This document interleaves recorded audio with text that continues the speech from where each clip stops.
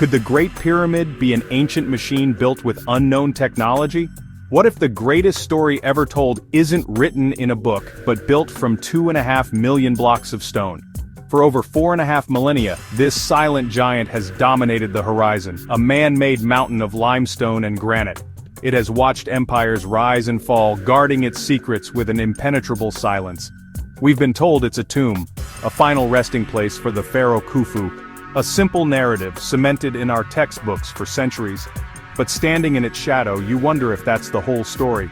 The structure itself seems to whisper a different tale of impossible complexity. Is this last wonder of the ancient world something more, something beyond our understanding? The questions pile up. Why is it the only Giza pyramid with complex chambers built high above the ground? This was a radical departure from all known burial practices, which always placed tombs below ground. And what of the so-called air shafts, narrow passages angling upwards from the chambers? They weren't for ventilation, so what were they for? Were they pathways for the soul, or aligned with the stars for a purpose we've long forgotten? Inside the king's chamber lies the centerpiece of the mystery, a stark granite coffer. The official narrative calls it a sarcophagus. Yet when first opened, it was empty. No mummy, no burial goods, no inscriptions, none of the telltale signs of a royal burial. The box is famously plain, and too large to fit through the ascending passage. It must have been placed inside as the pyramid was being built around it. Why such lengths for an empty box?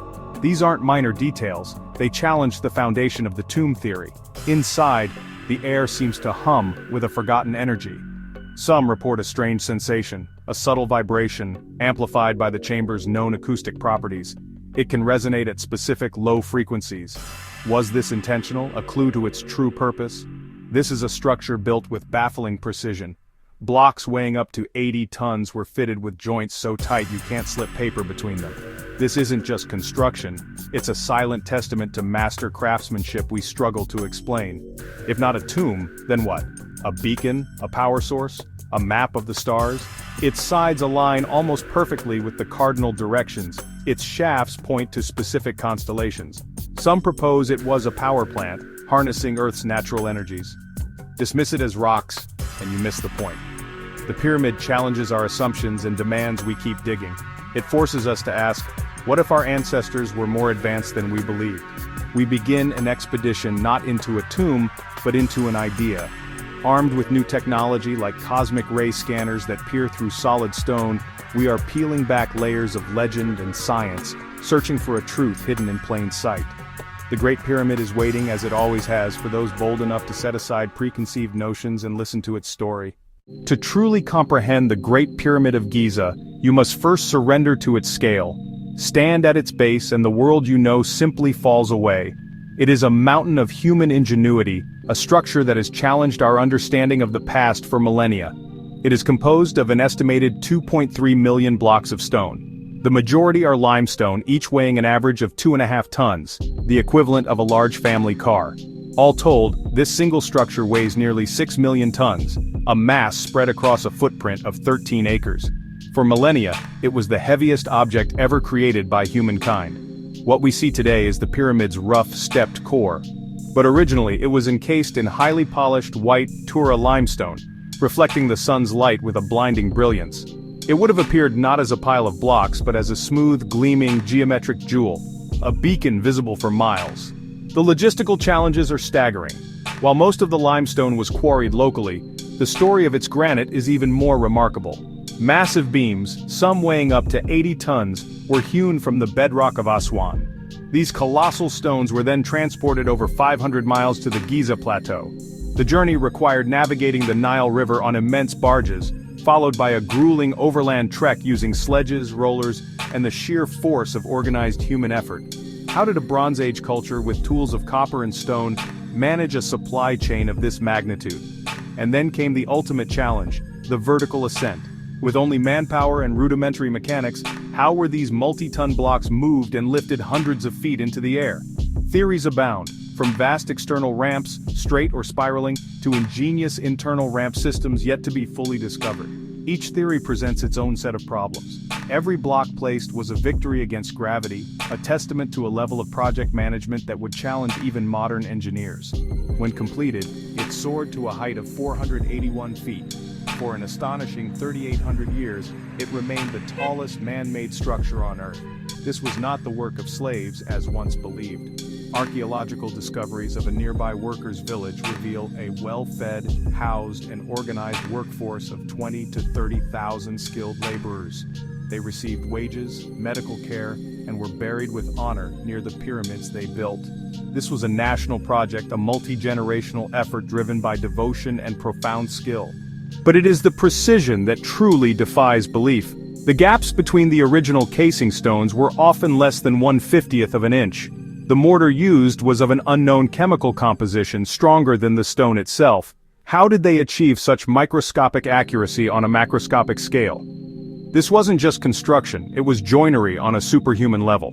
This precision extends to the pyramid's very placement on the globe. Its four sides are aligned almost perfectly with the cardinal directions, north, south, east, and west. The deviation is less than 4 arc minutes, a tiny fraction of a single degree. This is an accuracy that would be challenging to achieve today without satellite technology and lasers.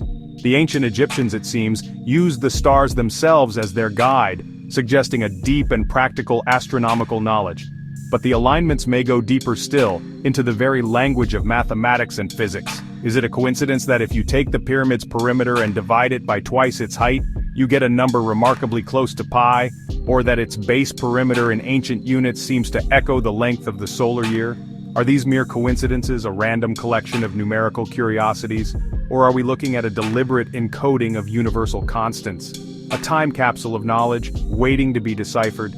This cosmic connection is literally built into its architecture. Deep within the king's and queen's chambers, narrow shafts, clearly not for ventilation, point upwards through hundreds of feet of solid stone. We now know they are celestial pointers. One shaft from the king's chamber targeted Alnitak, the brightest star in Orion's belt, a constellation the Egyptians associated with the god of rebirth, Osiris. Another from the queen's chamber aimed for Sirius, the star of the goddess Isis. This was not just a tomb, it was a machine for resurrection, its mechanisms intricately aligned with the heavens. Even its location on Earth is profound.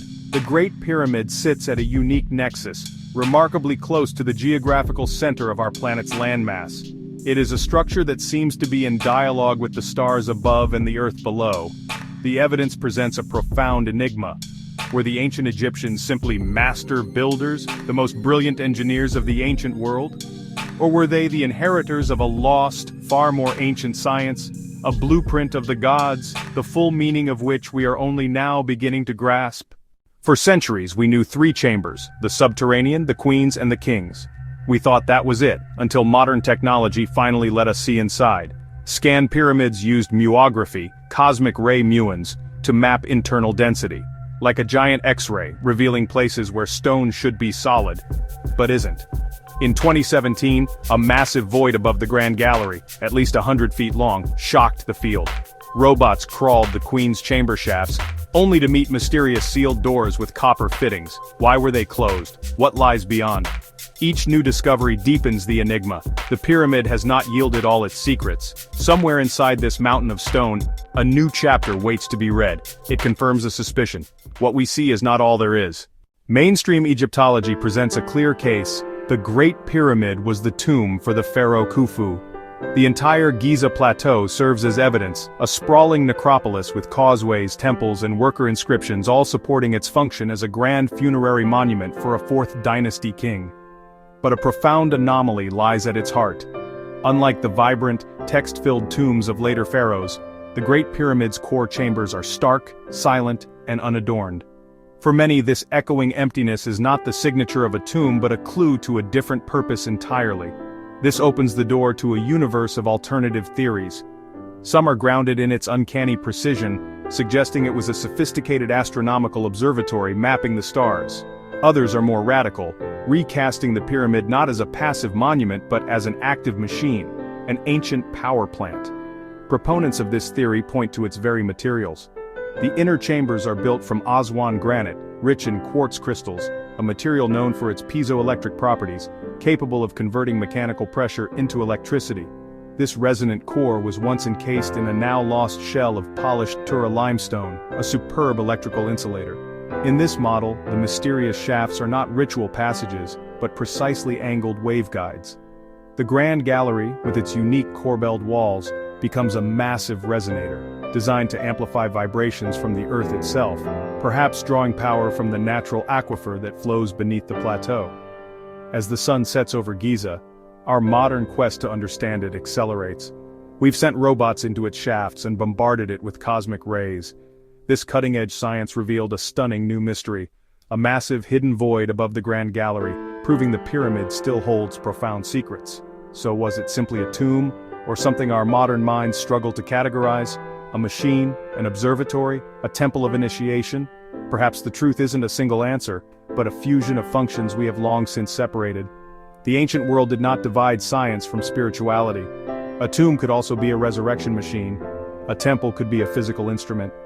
The Great Pyramid guards more than just its chambers. It guards a lost worldview, a question in stone whose final answer may echo forever out of reach.